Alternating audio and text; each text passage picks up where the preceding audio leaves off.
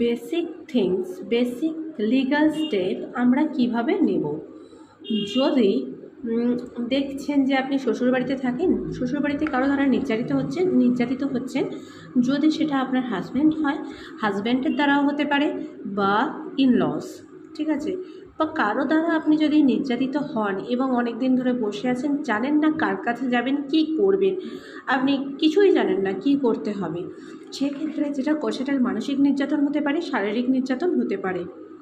সব রকম নির্যাতন হতে পারে, ঠিক আছে। সেই ক্ষেত্রে আমি আপনাকে যেটা অ্যাডভাইস দেব সেটা হচ্ছে যে যা নির্যাতন হচ্ছে সেটা মানসিক বা শারীরিক, যদি আপনাকে লোকাল পুলিশ স্টেশন, আপনার পাশে